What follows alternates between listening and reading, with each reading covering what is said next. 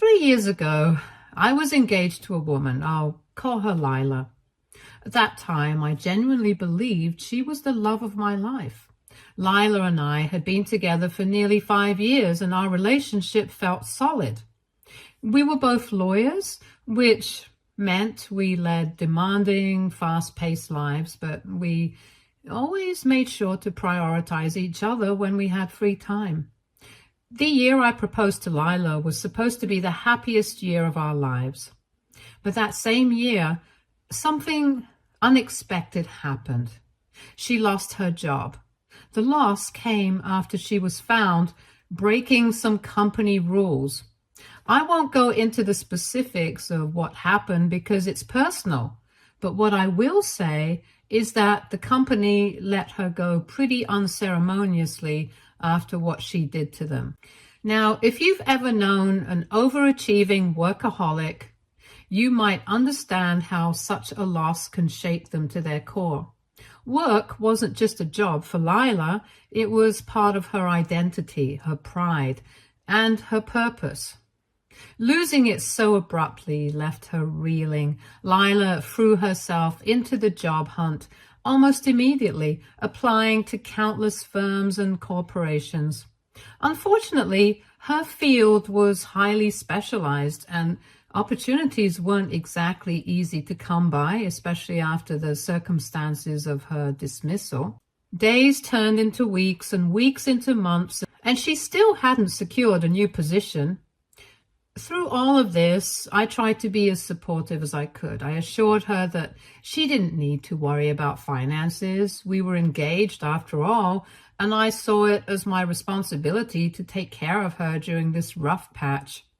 Knowing Lila's tendency to obsess over things and stress herself out, I urged her to relax and not let the situation consume her. To my relief, she took my advice, or at least she tried to. With her newfound free time, she decided to pursue something that had always been a dream of hers: learning pottery. She enrolled in a local pottery class and began dedicating her spare hours to this new hobby. This was also the same pottery class that my brother Mason went to. Let me tell you a bit about Mason. He's the complete opposite of me. While I was responsible, nerdy one growing up who focused on my studies and career, Mason was the quintessential troublemaker. He spent his school days goofing off, getting into mischief, and earning himself a reputation as a carefree playboy. That reputation followed him into college and beyond. He was the kind of guy who never stayed with a girl for long and rarely took anything seriously. Lila had met Mason early in our relationship and knew the kind of person he was, so when she started going to the same pottery class as Mason, I thought their paths crossing there was just a coincidence. But looking back, that was when things began to shift. In the span of just a few weeks, the two of them became surprisingly close. At first, I didn't think much of it. Mason offered to pick her up and drop her off at class sometimes, which seemed thoughtful, though unusual. Lila would come home and excitedly tell me stories about what she and Mason had done at pottery class, or show me the pieces they had worked on. But then their interactions extended beyond pottery. They began hanging out on weekends, doing things like visiting art museums or checking out new restaurants. These were activities that Lila and I would typically enjoy together, but now she was doing them with Mason instead. As time went on, I couldn't ignore the changes in Lila's behavior. She was spending far more time with Mason than I was comfortable with, and it was starting to affect our relationship. She even began skipping date nights with me to hang out with him. I'm not the type to sit quietly and let things fester, so one evening I confronted her directly. I asked her point blank if there was something going on between her and Mason. Lila was taken aback by my question, offended even, She flat out denied that anything inappropriate was happening and insisted that her time with Mason was purely platonic. She explained that spending time with him was fun and light-hearted, comparing it to hanging out with a younger brother. She seemed genuinely hurt that I'd even suggest something more was going on, and for a moment I felt guilty for doubting her. But deep down, her reassurances didn't completely ease my mind. Things came to a head just 2 months before our wedding. I was working tirelessly at that point, juggling an intense workload to make sure everything was in place financially. Ever since Lila had lost her job, I'd taken on the full financial responsibility of our home and all the expenses for our upcoming wedding. She hadn't found new work yet, and while she used some of her savings for her personal needs or emergencies, I was shouldering most of the burden. Between paying for everything and the stress of planning a wedding, my hours at the office had grown longer and more grueling. I wasn't around as much as I should have been, and looking back, maybe that gave Lila and Mason the opportunity to get as close as they did. One evening, I came home early from a business trip. I was looking forward to surprising Lila and spending some quality time with her. As I pulled into the driveway, I immediately noticed my brother's car parked outside. Normally, I wouldn't have thought much of it. Mason had a habit of dropping by unannounced. But this time was different. It was already past 9 p.m., and seeing his car there so late raised a red flag. As I unlocked the door and stepped inside quietly, I could already hear faint laughter coming from within the house. The living room was empty, but the TV was on, its flickering light casting shadows across the room. My eyes were immediately drawn to the beer cans scattered across the floor, and then to the unmistakable sight of Lila's clothes and undergarments lying haphazardly among them. My stomach dropped. I knew, in that instant, what I was about to walk into. A part of me wanted to turn around and leave, but another part, the part that needed undeniable proof, pushed me forward. I needed to see it with my own eyes. I walked slowly, my heart pounding as I made my way towards the bedroom. I reached the doorway and stopped. They were there. Lila and Mason tangled together in the most intimate way imaginable. They were so absorbed in each other that they didn't even notice me standing there. Normally, I'm a calm and collected person, but this was a betrayal of the highest order. My fiancé, the woman I was supposed to marry in just 2 months, was in bed with my own brother. Without saying a word, I stepped into the room, walked up to the bed, and grabbed Mason by the back of his neck. I yanked his face away from Lila's, and the shock on his face was almost satisfying. He turned to look at me, and his expression shifted instantly from confusion to terror. I didn't even look at Lila. Mason stumbled, immediately mumbling apologies at me, but his words meant nothing to me at that moment. I punched him square in the nose. The sickening crunch of bone gave me grim satisfaction as blood began to pour down his face. He cried out in pain, but I wasn't done. I hit him again and again. Each punch landed harder than the last. Blood dripped down his nose and onto his shirt, but I didn't care. He stumbled backward, his hands weakly trying to block me, but I kept going. After Mason was on the floor, bloodied and crying for mercy, I turned my attention to Lila. She sat on the bed, trembling and sobbing. I looked her straight in the eyes and said, my voice cold and measured, that she had 10 minutes to get out of my house. If she didn't, I told her, I wouldn't hesitate to reduce her to the same bloody mess as my brother. She started pleading with me, apologizing over and over. She said she could explain and begged me not to kick her out, to give her a chance to fix things. But I wasn't interested in her excuses or apologies. I glanced at my watch and said flatly, "You've got 9 minutes left." The tone of my voice and the look in my eyes must have told her I wasn't bluffing. because she scrambled off the bed and began getting dressed with shaking hands. Tears streaked her face as she grabbed a suitcase from the closet and started packing whatever she could fit into it. When she was finally done packing, dragging her half-filled suitcase down the stairway, she turned to me one last time. Her voice was broken as she begged me to listen, claiming that she loved me and that she deserved a chance to explain herself. Without a word, I reached for her hand, slid my engagement ring off her finger, and pushed her towards the door. She tried to resist, pleading with me to reconsider, but I was done. I opened the door and shoved her out into the night. She stumbled onto the porch, still crying and yelling for forgiveness. I didn't even look back as I slammed the door shut in her face. Her sobs muffled on the other side. Mason's face was still bloodied from our altercation, and though I was still seething with rage, I didn't want to be responsible for something worse happening to him. I called my parents and told them everything that had happened. My dad was furious at Mason and my mom was shocked, but they both said they'd come over immediately. When they arrived, my mom, being a nurse, took charge of Mason's injuries.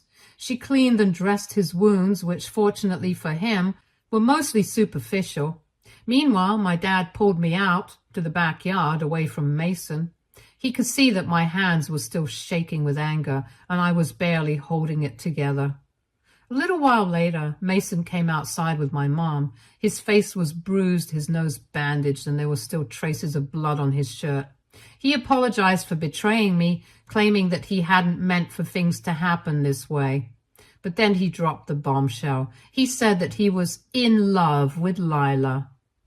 I finally turned to face him, my eyes like daggers. He kept going, explaining how he believed Lila felt the same way for him as well. He claimed that this was the first time they'd slept together, as if that somehow made it better. Then he pulled out his phone and showed me their messages. Conversations full of flirty texts, secrets, and Lila confessing how unhappy she was in our relationship. According to Mason, she was the one who had invited him over to stay with her that night, since she thought I would still be on my work trip. As I stood there reading those messages, my rage boiled over again. Mason kept talking, telling me how he was sorry for betraying me, but also insisted that he'd never felt this way about anyone before. He said he couldn't stop himself and begged me to forgive him. His words felt like daggers twisting in the wound. My dad, who had been listening quietly, finally had enough. He scolded Mason harshly, telling him how deeply he had wronged me and how ashamed he should be of himself. But my mom's reaction was different. Mason had always been her favorite, and I could see her struggling with the situation. Mom started to tell me that regardless of what I decided to do about Lila, I needed to forgive my brother. She said he seemed genuinely remorseful, as if that somehow lessened the betrayal. I couldn't believe what I was hearing. I cut her off and told my parents that I wasn't in the mood for lectures or advice. The only thing I wanted at that moment was for them to take Mason and leave. I couldn't bear to look at him any longer. My dad nodded, understanding that I needed space, and he helped Mason to the car. My mom hesitated, clearly wanting to stay and mediate, but eventually she followed. In the weeks that followed, I was still grappling with the emotional fallout of Lila's betrayal. Lila had been texting me persistently over the weeks, begging for forgiveness and trying to explain herself, but her explanations always circled back to the same tired excuses that were pretty similar to what Mason had already told me. She claimed that she and Mason had never meant to hurt me. I had pretty much ignored her messages all those weeks. Then, out of nowhere, I received a phone call from Mason. He informed me that he and Lila had just found out that she was pregnant, and the baby was his. He told me that since she was carrying his child, he wanted to marry her and wanted my blessing. I couldn't believe the audacity he had to ask me this after the way they both had betrayed me. My mother's reaction only made everything worse. She had already been trying to play peacemaker between Mason and me. But now she seemed to view Lila's pregnancy as some kind of divine intervention. She told me it was God's plan for Lila to get pregnant like that, and that maybe Mason and Lila were always meant to be. Her words hit me like a slap in the face. It was as if she was trying to justify the unimaginable, to excuse what they had done because it fit into her newfound fantasy of becoming a grandmother. I told my mother outright that I knew exactly what she was doing, and that if she chose to side with Mason and Lila, our relationship was over. I wasn't bluffing either. The betrayal by my brother was bad enough, but to have my own mother align herself with them was something I couldn't accept. My father tried to stay neutral, perhaps thinking it would help diffuse the tension. Anyways, my mother offered Lila financial support, assuring her that she and the baby would be well taken care of, but of course there was a catch. My mother insisted that she and Mason had to get married. After all, this was what Mason desired also. Mom was relentless in her pursuit of this outcome, refusing to even entertain the idea of her grandchild being born out of wedlock. When I found out that Mason and Lila were actually going to get married and had started sending out wedding invitations to our relatives, I was left furious and humiliated. Without arguing further, I just kept my word and cut my mother and brother off from my life. However, my mom doesn't give up easily. For weeks after the fallout, she'd called incessantly, left voicemails, and even showed up at my doorstep uninvited, trying to guilt me into reconciliation. It was suffocating. That's when I knew the only way to escape her was to leave the city entirely. 3 years have passed since I uprooted my life and moved to a new city, cutting ties with almost everyone in my family except for my dad. He respected my decision to move away and understood why I needed the distance, though it saddened him that I no longer visited. In these 3 years, I rebuilt my life piece by piece. I didn't share my new number with anyone except my dad. I made new friends, found a sense of normalcy again, and worked hard to leave the past behind. So imagine my shock when I found Lila on my doorstep yesterday, ringing my doorbell. When I opened my door, I almost didn't recognize her at first. Lila looked nothing like the woman I had once loved. Her clothes were shabby and worn, her face pale and gaunt. Her hair looked thin and unkempt. She stood there clutching the hand of a little girl who couldn't have been more than 2 or 3 years old. The child had Mason's sharp features, an unmistakable resemblance that he was her father. For a moment, I was too stunned to speak. My mind raced with questions. Why was she here? How did she find me? What did she want? The years I had spent trying to forget her and the pain she had caused seemed to collapse in an instant. Finally, I broke the silence. Lila, what are you doing here? Her eyes welled up with tears and her voice was shaky as she asked if she could come in, as she had something important to discuss with me. My initial instinct was to say no, to send them away, but then I glanced at the little girl by her side, and she was staring up at me with these innocent, wide eyes. I couldn't bring myself to be rude in front of the child, so I stepped aside and motioned for them to come in. I showed them to the couch and offered them water. Once they were settled, I sat across from them and asked them what they were doing here. I already knew she wouldn't have found me on her own. I hadn't given my address to anyone except my dad, and I trusted him to keep it a secret unless something truly important came up. So what was it that was so important for him to give up my location to her? Instead of answering immediately, Lila reached into her bag and pulled out an envelope. She handed it to me without a word. I opened it and immediately recognized my mom's handwriting. My stomach churned as I read the contents of the letter. My mom had written in no uncertain terms that it was my responsibility to fix the mess Mason had created. She laid out how Lila and Jesse were struggling, how Mason had left them, and how, as Mason's brother and Jesse's uncle, I should step up and take care of them now. I looked up at Lila, confused and angry. "What is this supposed to mean?" I asked, holding up the letter. That's when Lila broke down and began telling me the full story. According to her, Mason had always been unfaithful in their marriage from the very beginning. Even after Lila gave birth to their daughter, Jessie, my brother continued to have affairs on and off throughout their time together. Lila, for her part, had tried to make things work, hoping that things would get better over time, for Jessie's sake, if nothing else. But 3 months ago, Mason had abruptly packed up and left. No explanations, no note, no warning. He just disappeared. Since then, Lila had been on her own. She had no job, no savings, and no home. She and Mason had lived in a rented place, and without him, she couldn't afford to stay. My mom, feeling some sense of obligation because of Jessie, had been giving Lila money to support them. But now, with Mason pretty much gone for good, my mom had decided she no longer wanted to be responsible for Lila and her child.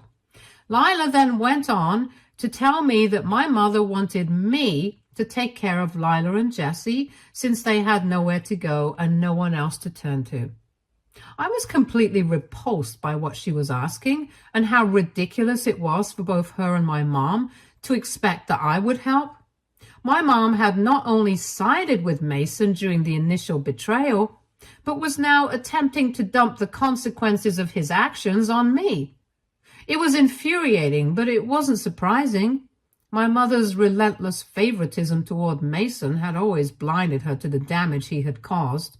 I immediately told Lila quite bluntly and in front of her child that she had no right to expect any help from me. I mean, this wasn't my child. She wasn't my fiancée anymore, and this was clearly not my responsibility. Although I did feel bad that Mason had just left her, she should have seen this coming. After all, he isn't the most reliable or trustworthy person. Anyway, I wasn't going to be guilted into helping, so I asked Lila to leave. She started to cry, saying she had nowhere to go, no money, and that whatever she had left, she had spent it on gas to come and see me. I ended up giving her a few $100 before asking her to leave. Since then, although I know what I did was right, I can't help but also feel a bit guilty. I feel sorry for that poor child. So AITA here, update 1. Okay, so I would like to clarify a few things. My mom's behavior in this situation is completely baffling to me as well. The fact that she's trying to guilt me into helping Lila and her child after everything that's happened feels incredibly selfish. I get that she might feel obligated because of her grandchild, but she shouldn't expect me to clean up after her son's mess. Especially after how she completely disregarded my feelings and sided with Mason during the whole betrayal. Her request just feels even more out of line. I agree with some of your comments that my dad betrayed me also. Instead of offering the support I needed after the affair, he took a neutral stance. Although he did scold my brother that one time, he never really sided with me completely. By not challenging my mom's manipulative behavior, he also played a part in this betrayal. I plan on having a talk with him soon. Lila may have been left by Mason, but that doesn't automatically put the responsibility on me to take care of her. She made choices, and even though I can feel some sympathy for her, given the circumstances, I don't owe her anything. The fact that she showed up on my doorstep with nothing to offer but a sob story and a child only highlights her desperation. What I did, telling Lila to leave, giving her money but not offering to take on more responsibility, was an act of setting boundaries. I didn't shun her out of spite. I simply made it clear that it's not my job to fix what Mason broke. I'm not obligated to take care of her just because she's in a tough spot now. No, that child is definitely not mine. Lila and I had already broken up weeks before she got pregnant, and by the time we ended things, We had stopped being intimate for quite some time. The timeline is clear, and there is absolutely no possibility that I'm the father. Moreover, Jessie has all of Mason's features, her face, her eyes, her smile. It's like looking at him as a child. There's no doubt in my mind that Mason is her father. I don't need to get a paternity test done because the resemblance is unmistakable. The child is undoubtedly his, and I'm not going to be dragged into any more confusion. No, I do not want to adopt my niece. I can't believe some of you are even suggesting this. Regardless of Lila's financial or emotional situations, she is the mother, and it's her responsibility. I don't understand why she never worked after her marriage or why she didn't save up. Mason is the father, so even if they break up, both Lila and Mason need to step up and take care of their child. Mason has no option but to pay child support. Update 2. I talked with my parents about everything. I already knew that my dad had given Lila my address, but I wanted to hear it from him directly. I called him and asked point blank why he agreed to share my location with her after I had repeatedly asked him not to do so, and what he expected me to do for Lila and her child after all these years. My dad was quiet for a moment, clearly uncomfortable. Then he sighed deeply and apologized. "I'm sorry, son, I really am," he said, his voice heavy with regret. "We've tried everything we could to help Lila, but with Mason gone for so long, we could only do so much. Your mom begged me to give her your address. She said that maybe if you saw her after all this time, you'd want to help her out in some way since she has nowhere else to go." I could feel my frustration rising and asked him why he thought I would ever help someone like her. "She betrayed me with Mason. She hurt me. And now you want me to help her?" I asked him. My dad told me he understood why I was upset. He explained that neither he nor my mom wanted things to turn out this way. But Lila and Jessie were family too. He believed that I was their only option. He apologized to me, but I didn't listen. I told him that he and I were done. I had trusted him to be different than my mom, but it turns out that they are all the same, backstabbing traitors. Did they really think I was going to somehow forget the past and welcome Lila and my brother's child into my life and start taking care of them? Wow, my parents really did not care about me. I told my dad firmly and without hesitation that he should lose my number and forget I ever existed to him. Since he knew my address, I warned him that if either he or my mom ever showed up at my place, I would call the police. My dad attempted to apologize again, pleading for me to listen, but I wasn't interested anymore. My voice didn't falter as I spoke, but the weight of the words hung heavy in the air. "Don't call me again," I said, cutting him off. "Just don't. You made your choices and I'm making mine." Without waiting for him to respond, I hung up the phone and immediately blocked his number. What my dad has done is unforgivable, and there is no going back from this. Update 3. It's been almost a month since my last update. I was finally able to track down Mason with the help of one of my buddies. Turns out, Lila was right. Mason has been living with his latest fling, a few towns away from home, pretending like he has no responsibilities, as if he has no family. I can't believe that this was the same guy who had told me with a straight face that he was in love with Lila 3 years ago. The same guy who had turned my life upside down. And now, after all of that, he was living with someone else, pretending as if he hadn't just abandoned his wife and child.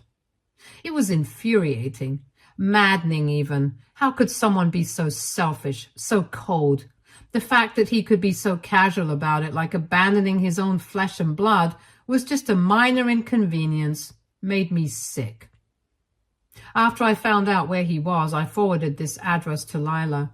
I didn't want to get involved in any more of her drama, but I didn't want her to feel completely helpless either, so I gave her one last piece of advice. You need to hire a lawyer and file for divorce and child support.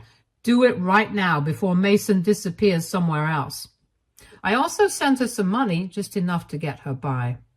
Lila thanked me for everything, and I could hear the relief in her voice. She apologized again, as she had already done so many times before, but I wasn't interested in hearing it anymore. I'm done, I texted her. Don't ever contact me again. Don't show up at my door. This is the last thing I'm doing for you. What we had, whatever it was long gone. I just wanted her to not disturb my peace again. Stay tuned for more stories from Argo relationships.